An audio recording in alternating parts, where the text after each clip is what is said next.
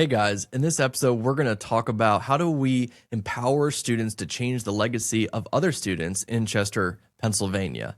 And then I'll share a little bit about the incredible, amazing things that have been happening on the road with Painting Freedom as we are in the thick of winter camp season. And I'll also share with you about the newest building project that we have launching in Tanzania this week. Finally, I wanted to share with you at the end of this episode about an exciting new development that we are including in our ministry as a part of our ministry for each and every one of you that are listening to and watching this podcast episode, and why it's so necessary for us to have accountability and transparency as a ministry for the sake of the gospel. My name is Tucker Rodkey, and this is the Artist Commission Podcast.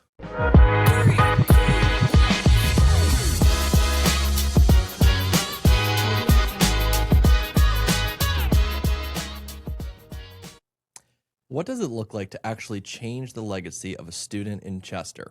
One of my favorite things about what we do at Legacy is that we get to have long-term relational investment and impact in the lives of students that are part of Legacy Arts Chester. And one of the things that I am most proud of that Legacy does is that we help grow students through our elementary and middle school program so that when they enter high school, they can join something called our Student Leadership Program.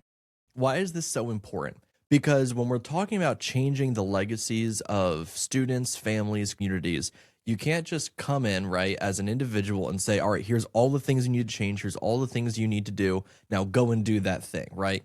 People see you as inserting yourself into their lives. Oh, you don't understand me. You don't understand my culture. You don't understand my background. And I think there's some validity to a lot of those statements and a lot of that opposition. But here's why what we do at Legacy is so powerful and why your investment means so much. Is because what we do is that we bring kids into our program and we pour into them. We invest in them. We want them to grow, not just as artists. We want them to grow as people of character, those that do the right thing, that say the right thing, that make wise and healthy choices. So how do we do that with them? Number one is that we always say the most important part of what we do at Legacy is to create a space where kids feel like they belong. If a kid comes into our program and they're terrible at art, but they know that they belong there, that's a win for us. That's a great win for us because every kid deserves a place where they are loved, where they're safe, and where they belong. Belonging is the deepest desire of every student, every teenager, every young person. That's why they go on social media and they find that niche group that they can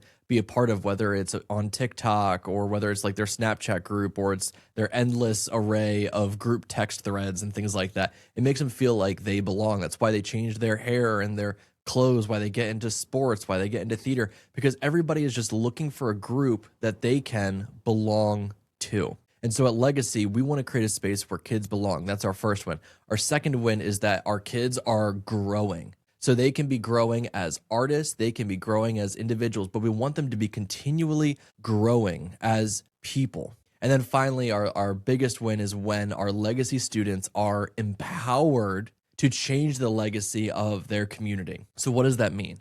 That means that students that we had in 5th grade are now coming into our student leadership program in high school, where they take on the responsibility of influencing their peers. So they're in charge of teaching the art lesson, of leading the activities, of setting up and breaking down club, of building relationships with younger students and encouraging them and investing in them and empowering them. And when they do that, guess what? They are becoming the legacy changers. That's why it's not just art club, it's Legacy Art Club. And so as we're seeing students step up into this, and we've seen probably about a dozen students now who have stepped into student leadership roles, they are having an impact. And guess what? They get excited about the impact that they are having. That's what's so powerful about what's happening at Legacy Arts Chester is we are seeing students impacting other students for good. Changing the legacy, changing the narrative. It is amazing to watch. Someday, I hope that you're able to come visit us at one of our Legacy programs and you can see the impact that your support is making. If you'd like to come visit Club one day, please shoot me a message or our program director, Nicole, a message, Nicole@legacyartschester.com or Tucker@legacyartschester.com. And And we'll set up a time for you to come and hang out with the kids and see what they're doing and see how your investment is making an impact. And it's just remarkable to see the transformation and change that is happening as we invest in the next generation. And here's my encouragement to you as an individual outside of what we do with Legacy, just for you personally. One of the greatest things that you can do in this world is invite a young person into your journey and into your story. At Legacy, that's what we do, right? We invite kids along our journey, along our story, into our space and saying, hey, come walk with me and experience all that life has to offer, all that God has to offer, all that faith is about, because it's more than just art. We are physical and spiritual beings, right? So we need all of that. When I was a young person, some of the people that had the greatest impact on me were those that simply invited me alongside them in their journey. I'll never forget, as a high school student, my youth pastor inviting me to come over to his house, and we were going to do some work projects and stuff like that. But that night, we sat down, and he's like, I want to talk about youth ministry with you for a bit. And I'm like 15, 16 years old, maybe. We sat down, we talked about our student leadership team and things that could be improved, things that weren't working well, things that were growing and that we were excited about.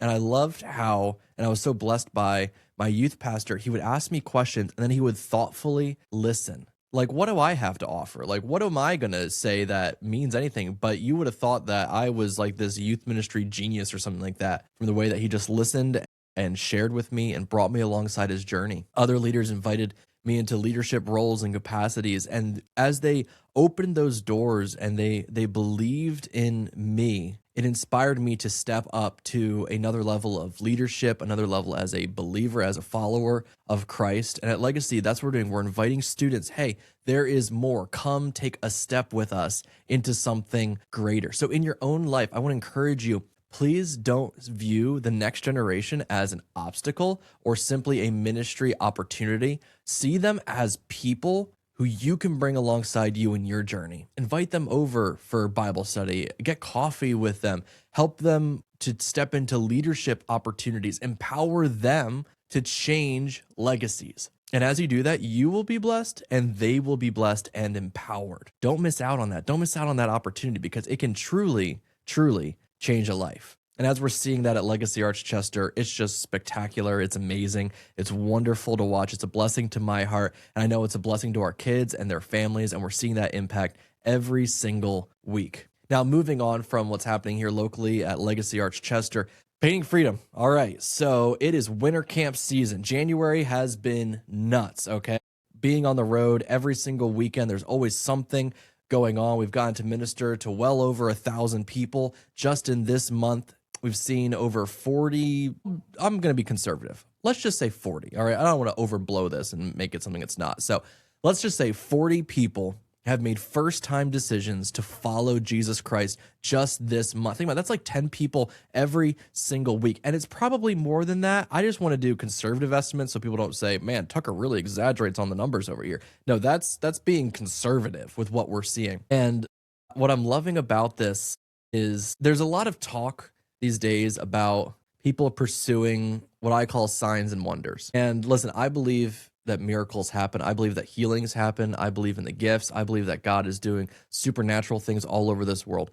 But can I just say this? And I'm sorry if this offends anyone. I don't think there is a greater miracle than when someone moves from spiritual death to spiritual life and places their faith in Jesus Christ. There is nothing greater than that. The body will waste away, The body, your body is going to die. It is going to pass into the ground one day or another day. Like it's going to happen, but your spirit is eternal. So when we see people make decisions to follow Jesus, we are witnessing people moving from living in death to walking in resurrection life. What I've been talking about at these different events is that idea of the resurrecting power of Jesus Christ, how he went toe to toe with death and won.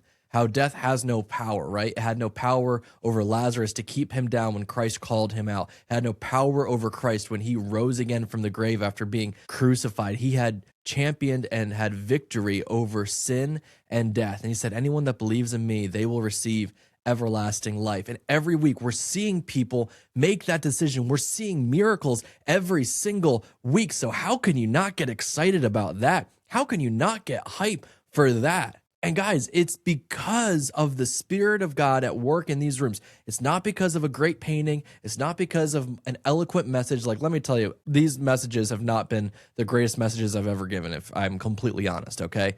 Like, I get off the stage, I'm like, man, really feel like I missed something there or whatever. And then you see this flood of response from people responding to Jesus Christ. It is God at work in our midst. And I'm so pumped about it. I wish you guys could be there. I wish you could see it.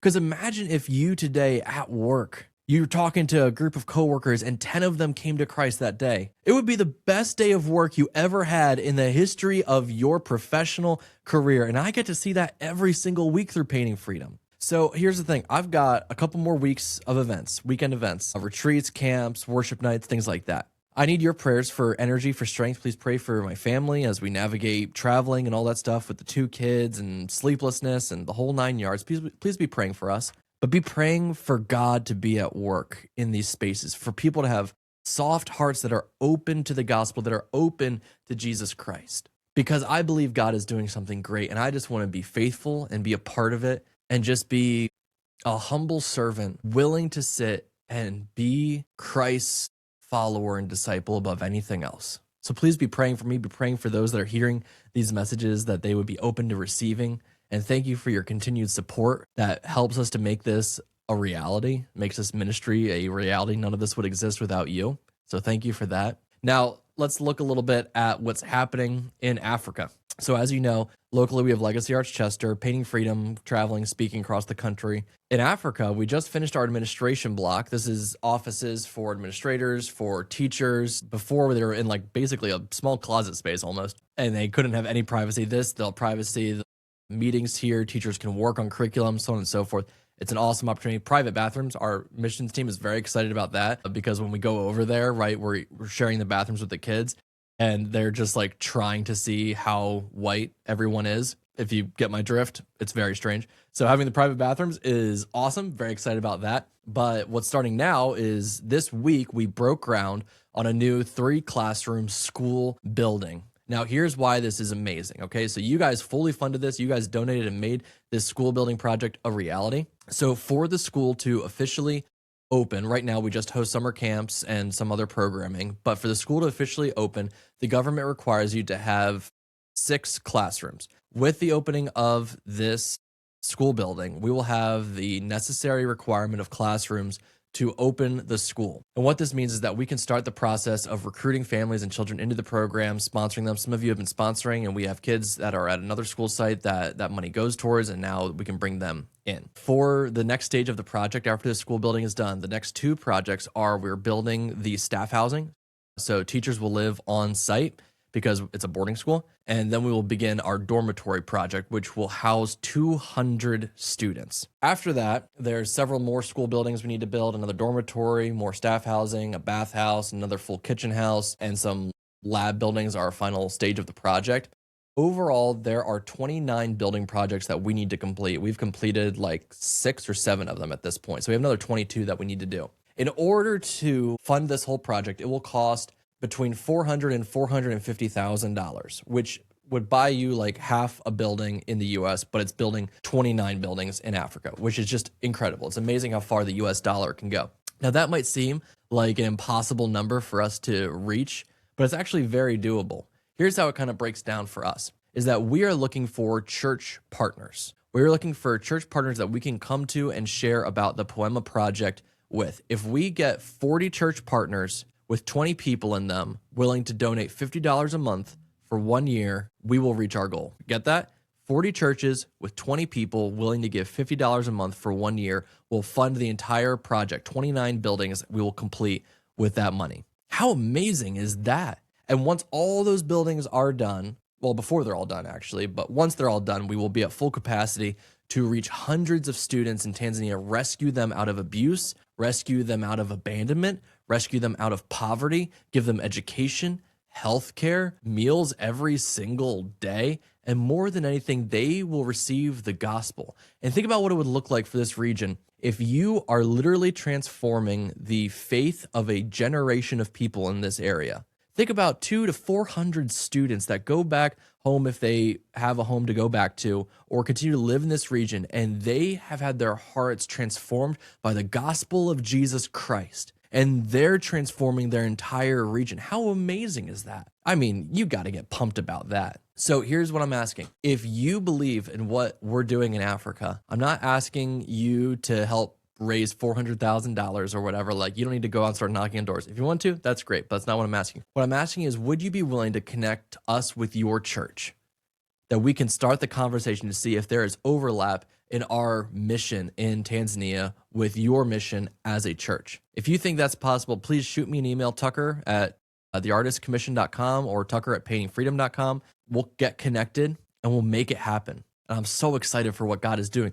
This all started with just a small dream and a small vision for how we could reach students in Africa. And now we're seeing that using art and using the platform that we built is providing the resources to get this thing off the ground and to make something beautiful. An oasis in the wilderness of Tanzania for kids who desperately need to know about Jesus and have a safe place to be and belong. So like I said before, if you're interested in connecting and being a part of it, Tucker at legacyartschester.com, Tucker at paintingfreedom.com, Tucker at theartistcommission.com. Shoot me an email, message me on Instagram, Facebook, wherever. Email any of us on our team, and we will make that happen for you because we believe in what God is doing, and we want you to be a part of it. Now, there's a little bit update on each of the ministry areas, but I wanted to share an overall update on something exciting that we are starting here at the Artist Commission.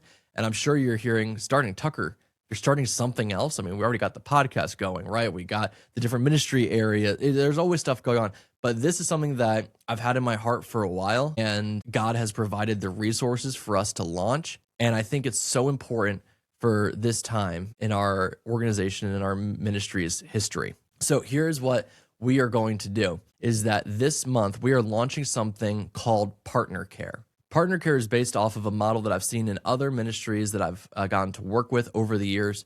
But the main idea is this, is that we want to care for those that are caring for and supporting us. So what does that look like? Well, for the past, 9 years of this ministry's history, you have been investing in the Artist Commission or Painting Freedom. Financially, you've been praying for us, you've been connecting with us, you've been volunteering with us. You have been so amazing as a support base to make this ministry vibrant, healthy, and sustainable. So now what we're getting to do is we get to make this a two-way street. So it's no longer just you pouring into us. We want to actually encourage and support you. So we are taking on a new staff member as a PartnerCare coordinator. His name is Ben Heidingram. He is awesome.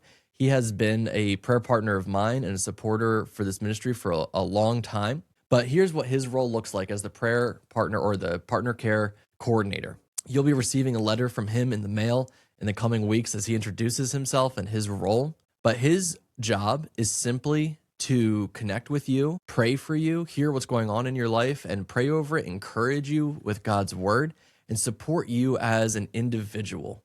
We believe in caring for those that are caring for us. So he'll set it up where you could text him, you can email him, you can call him. He'll give you a phone call just to connect with you so you have his contact information. But his goal is really just to pray for you. His job is not to fundraise. His job is not to promote what we're doing. His only job is to pray for and care for all of you. And so if you're like, hey, I'm not much of like a phone call person, just text him. You guys can text back and forth. If you want to email, you can do that. But we want to pray for you. Everything that you share with him will be confidential unless you state otherwise. He'll be able to share stuff with the board of directors that we can pray over as a community. He'll host prayer calls for everybody. It's going to be amazing. It's wonderful. It's a beautiful thing, and I think it's so necessary because one of our core values as an organization that we've had since the very beginning is that we believe in community and people first ministry. And people first ministry doesn't just mean that we put the people that we are serving first. No. It's more than that. It's that we believe the people that are making the mission happen are just as important, meaning that our staff, our volunteers, right? The board of directors, those that work with us, those that pray for us, they are just as important as the people that we are impacting and ministering to. You see, people are not a means to a ministry end. Our staff members, whether part-time or full-time or whatever, are not just a means to an end. We're not just using them to accomplish a goal or a purpose. No, they are the goal and purpose. If we aren't caring for those that we work with, then what are we doing? And if we aren't caring for you guys as supporters, what are we doing? So as Ben reaches out to you, as you hear from him, I encourage you to be vulnerable and honest. You don't have to fake anything or hide anything. We just want to support you guys and pray for you, encourage you. And connect with him, reach out to him if you need anything as well. And I'm just so excited for how this next stage of our ministry grows and expands. And I pray that it's an encouragement to you. Now, it might seem random. It might seem like it's a little bit out of the blue, but it's not. It's something that I think about a lot, actually.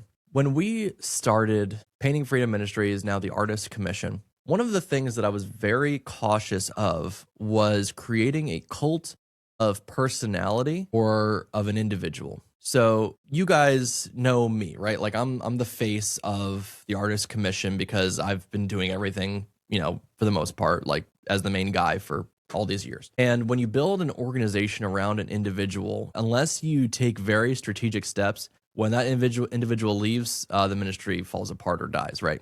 And I get that. But also one of the dangers that happens is that because no one wants to see the ministry die or the ministry fall apart or anything like that, is that the founder or the executive director or the president or whoever started the whole thing or is the main face of the whole thing, that individual is protected in a way that is not healthy for the ministry. So why am I sharing about this? So recently a lot of stuff has come out about Bethel Church and Sean Bowles and Todd White and Mike Winger has been making these incredible videos that's kind of exposing the abuse, exposing like misuse of ministry funds or bullying or all these different things that shouldn't be happening in Christian ministries with Christian leaders. And one of the main things that he talks about is cover up culture, where they're saying, we don't want the ministry to end. We don't want to fall apart. So we'll cover up maybe some spiritual fakery that they're doing over here. We'll cover up some misuse of funds. We'll protect the individual for the sake of the ministry. And that's such a dangerous thing to do. It's such an unhealthy thing to do. And so when we started the Artist Commission and I was recruiting board members to help launch the nonprofit, one of the first things that I said to them was, listen, it is your job and your responsibility to fire me, right? It is your job and your responsibility that if I am not fulfilling the mission, if there is suspicion of abuse, misuse of funds, anything that is questionable that can be confirmed, right? Because you don't want to just like have accusations thrown out there and then, you're like, well, there was an accusation, we got to end everything. But if any of those things happen that is confirmed, it is your responsibility to remove me from the ministry. It is your responsibility to make sure that the ministry continues, that the mission continues, even if I'm not a part of it. Some people thought that was a little bit wacky and wild, but as you're seeing the stuff unfold with Bethel Church, with Sean Bowles, with Todd White, with all these different figures in the charismatic church, and this is not I'm not putting down the charismatic church, right? I'm just saying this is where we see the example. We saw some same thing with Mark Driscoll, right? And these different leaders. But as we see these things, I think it's more and more important to create accountability structures within an organization. So like one of the things, like when I finished watching his videos, I was like, how are we creating accountability in our organization? So on our new like onboarding stuff that we have people sign on when they join the organization or the ministry is they have to sign saying, I understand the accountability structure. I understand that if I suspect any sort of abuse or anything questionable, here's who I talk to in what order. I can talk to my direct report. If I can't talk to them or like that's the person that I suspect, I can reach out to the executive director. If the executive director is the problem, here's access to the board of directors. If you're someone out there that's watching this video and you have questions or you have concerns, reach out to our board of directors. Like bypass me entirely. I don't care. If I'm the problem, please tell somebody. Or reach out to them, admin@theartistcommission.com or information@theartistcommission.com so our board can know. And now what I'm working on creating is let's say there was some sort of abuse that took place. And let's say someone reached out to our board of directors and said, hey, Tucker did X, Y, or Z. And the board of directors proceeds to cover it up and say, oh, it wasn't that bad, or, we'll just ignore it, or we'll just never get around to fixing things, whatever it is. I'm working on creating a third-party accountability system.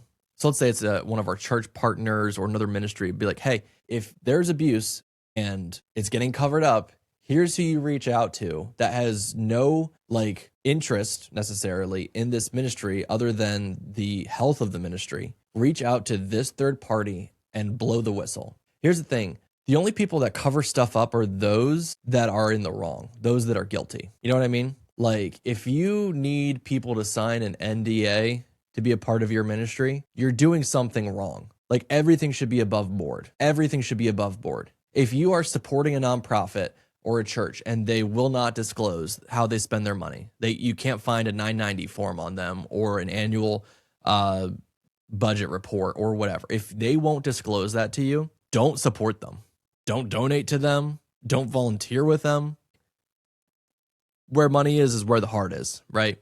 So that's why, and I'm not saying like we're better than anybody else. I'm saying we recognize that things have been abused and misused. So why not be above board? So like if you go on our website, theartistcommission.com, you can see every financial statement, 990 tax form every year. You can see where every dollar went. You can see how much is in our savings. You can see how much was invested. You can see how much was spent in different areas, because we believe that as a nonprofit, as a ministry, we are responsible to tell you these things. We are responsible to let you know, hey, this is what was spent where. This is how much was spent on travel. This is how much was spent on food on travel. This is how much was spent on paint, whatever. You can look it all up. You can see every little bit of it. We provide more financial statements than the IRS requires us to. Like if you go to the IRS site and look up the Artist Commission, you will find less information about our financial status and details than you will just on our website. Or you can go to GuideStar, Candid, any of those nonprofit tools. You can look us up. You'll find all of our forms on there as well. I just believe that transparency is the best policy, right? And I think accountability is a great policy. That's why people are encouraged to report things to the board if they suspect any sort of abuse. And I'm sharing this with you so that you can have confidence in this ministry and what we do, but also so just the avenues and resources that you have. If you have questions, please send us questions. If you have concerns, please send us concerns. There is no cover up. There is no fakery. There is no exaggeration when you get our annual report, right? The numbers that you see are the conservative numbers, like the impact you see, that's our conservative impact. We don't try to make things sound bigger than they are or whatever. It's just, I don't know. It makes me kind of sick thinking about the temptation of doing that. And there is a temptation, right? Like saying 100 people came to Christ at this event sounds way cooler than saying 5 people came to Christ at this event. Like there's easy ways to just blow up numbers and make it seem like you're doing something more than what you are. And I just don't want us to be that kind of ministry. I want us to be real. I want if 5 people get saved, I want us to lose our minds celebrating that, not feeling like it was a miss or it was a waste of time. No, I want us to get hype about it. If we have 2 kids showing up at our club, I want us to just sound the jubilation trumpet and say, we've got 2 kids who are loved and cared for, that belong, that are growing, that are empowered. Like that's what I want. So as I've been reflecting on what I'm seeing in our modern ministry and church culture, just know these are the steps that I feel like we need to take to have transparency and accountability. We want to take steps to care for you with PartnerCare. Like this is the heart of what we do, right? It's about people. It's about serving and loving and glorifying God. And he is not glorified when we hide, when we exaggerate, when we focus on ourselves. No, he is glorified when we love him and love people. And that's what we're going to do. We're just going to love God and love people. And our tool to do that is through art. So whether it's with Legacy Arts Chester, Painting Freedom, or the Poema Project, we're just loving God and loving people through art. And it's the greatest gift that we have. This job is the greatest gift that you have ever given me. So thank you for your support. Thank you for all of your love and care. I pray that PartnerCare is a blessing to all of you. Please engage with it as much as you can. If you have any questions on anything that we do, shoot us an email. Tucker@paintingfreedom.com, Tucker@theartistcommission.com. There'll be links below that you can just click to shoot us a message. Make sure to like and subscribe and follow for any other content coming out, any other ministry updates. Click that bell for any alerts on YouTube or follow on Spotify, Apple Podcasts, all that good stuff. Guys, I love you. God loves you. And he is doing great things as we work as the commissioned to fulfill his great commission. So let's paint a new future and reach this world with the gospel through the arts. See you guys.